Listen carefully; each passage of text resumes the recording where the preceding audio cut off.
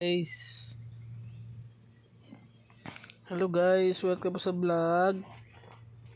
Guys, panoorin natin kung kang media. Tara guys. Let's start with the economy. How optimistic are you for the fourth quarter? Can you meet the target of 6.5% to 7.5% for 2022? Well, I think we will be able to manage at least 7% for the last year, and we are hoping to exceed, and I think it will happen. We will be able to exceed our projections of 6.5% growth for next year. For this year, and. Again, we're optimistic that the growth rate can actually go beyond 6.5 and hover maybe around 7%. That is for 2022 or 2023? For 23. What's driving that optimism, given that most are expecting a global recession? 65% chance, they say, of that happening. Well, because I believe that certainly there is so much room to grow, in the sense that we are starting very many new things now, I suppose, like every other economy. And the basics in our economy have been rather stable.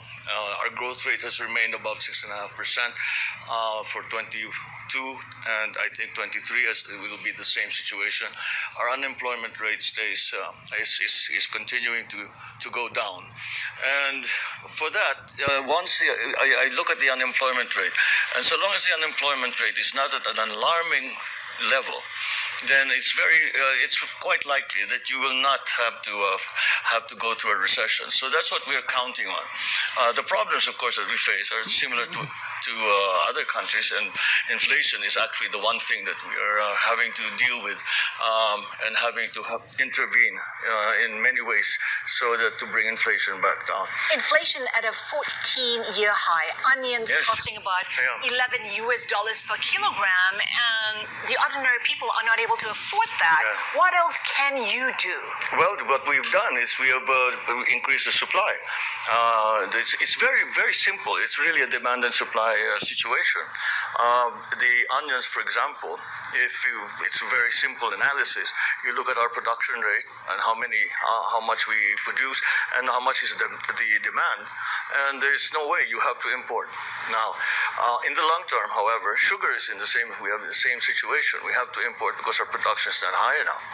But the long term solution, of course, would be to increase production, and that's what we are working on. So these are measures that we are doing. These interventions are, I think, until we get in place the systems that will start to get our production levels up.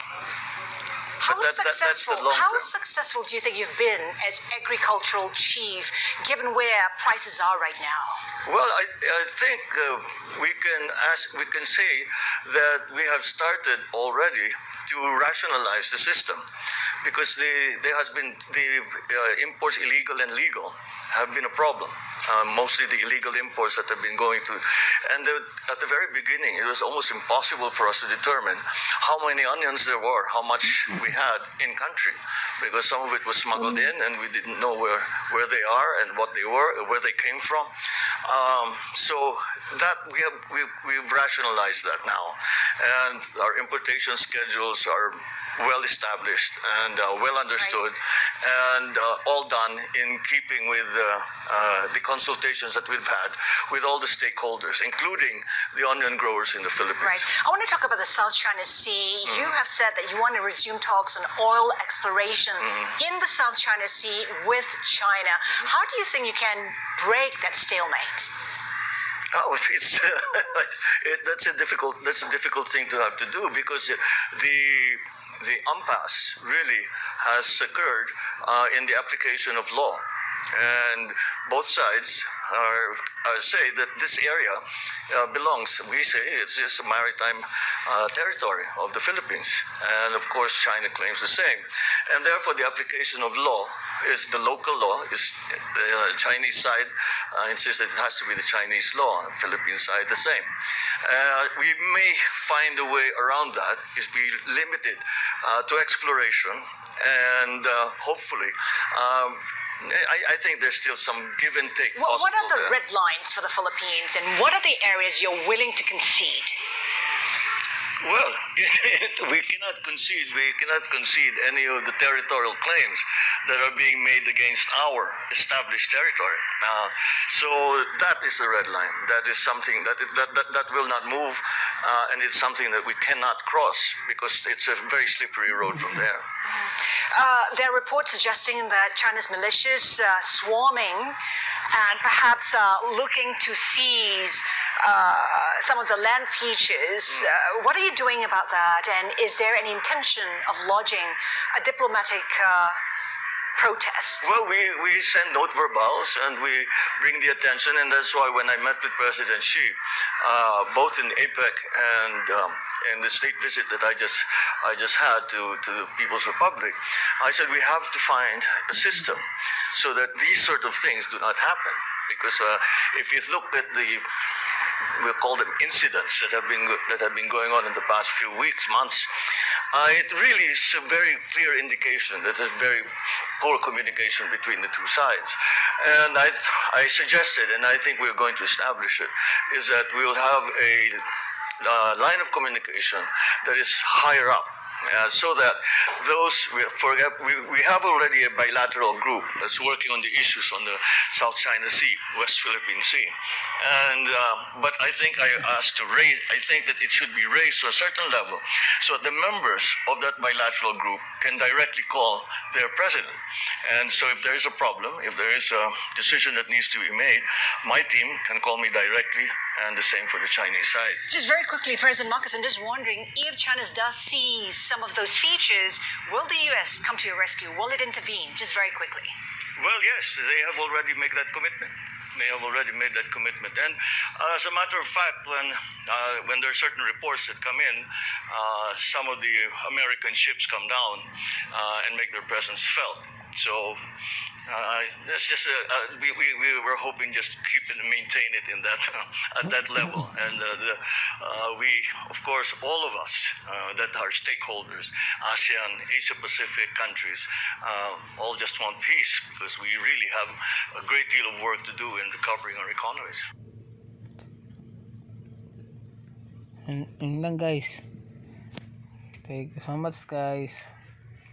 Panoorin niyo na lang to.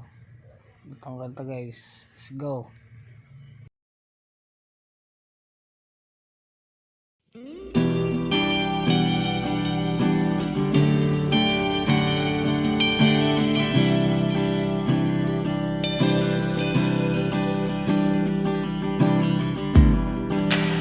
Umuwi ng mag-isa,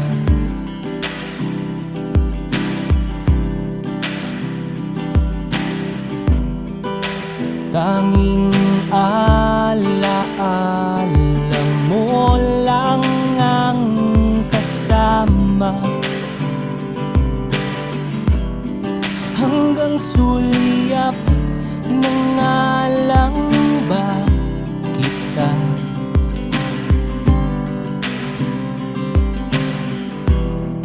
Hindi na ba magtatabi sa ating kama? Tuluyan na bang ika'y nagsawa? Lumabo na ba ang tadhana? Aasa pa bang ika'y babalik pa? Lunod na ang aking isipan. Sabihin mo sa'kin kung hindi ka na babalik. Hindi na aasa sa iyong yakap at halik. Alam mong hindi ko kayang wala ka.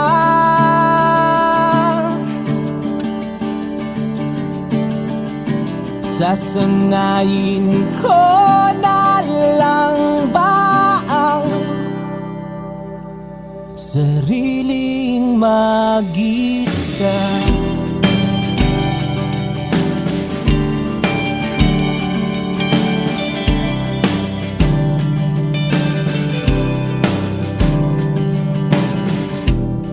Hindi na ba tayo maaayos?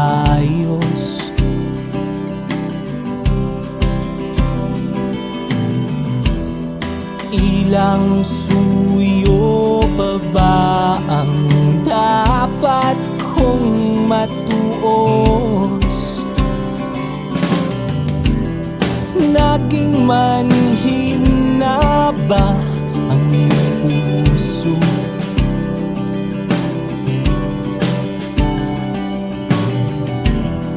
Lahat ng saya natin ay bigla na lang naglaho. Tuluyan na bang ika'y nagsawa? Lumabo na ba ang tadhana?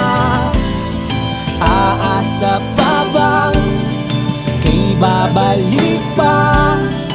Lulod na ang aking isipan. Sabihin mo sa'kin kung hindi ka na babalik. Hindi na aasa sa iyong yakap at halik. Alam mong hindi ko kayang wala ka.